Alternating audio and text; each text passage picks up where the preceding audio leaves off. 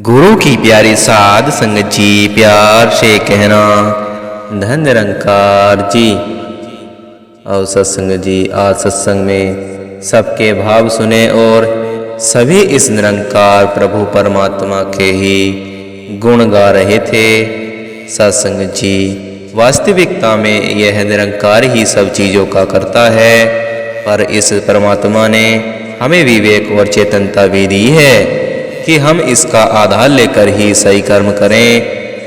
निरंकार को बहाना बनाकर हम जानबूझकर गलत कर्म न करें। हमारे हाथ में केवल कर्म करना है और उसका परिणाम इस निरंकार पर ही छोड़ देना चाहिए। सत्संग जी क्योंकि हमारी सोच परमात्मा से बहुत छोटी है। सत्संग जी हमें बाद में समझ आता है कि हमारे साथ जो घटना घटी उसके पीछे निरंकार का क्या राज है। सत्संग जी इसलिए निरंकार से शिकवा करने की बजाय हमेशा शुक्राना ही करना चाहिए। सत्संग जी आज ही सुबह 2 जोड़े विवाह के बंधन में ही से बंधे तो ध्यान में आया कि जब आत्मा का परमात्मा से नाता जुड़ जाता है तब ही जीवन में वास्तविक खुशी आती है।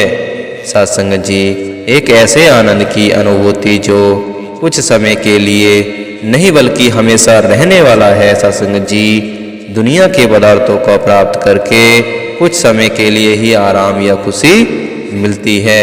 सत्संग जी परमात्मा हर खुशी का स्रोत है।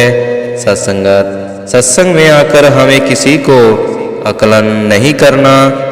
अगर हम अपने आप को देखें तो हम सब में खामियां हैं, इसलिए हमें कोई अधिकार नहीं है कि हम किसी दूसरे पर उंगलियां उठाएं। जब दूसरे की ओर एक उंगली करते हैं तो सत्संग जी तो 3 अपने आप ही हमारी तरफ आ जाती हैं। सत्संग जी हमें केवल स्वयं सुधार की ओर ही ध्यान देना है, दूसरों की वजह निजी जीवन में सत्संग जी दूसरों के निजी जीवन पर टिप्पणी करने से बचना है। जितना जितना हम सत्संग करेंगे उतना उतना प्रेम करुणा और सहनशीलता के भाव हमारे मन में मजबूत होते चले जाएंगे। सत्संग जी एक ब्रह्मज्ञानी वर्तमान में करते हुए हर पल की सवाल करता है।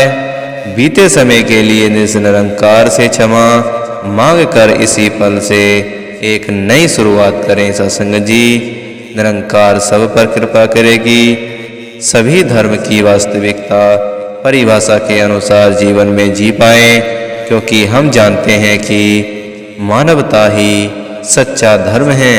सत्संग जी प्यार से कहना धन निरंकार जी।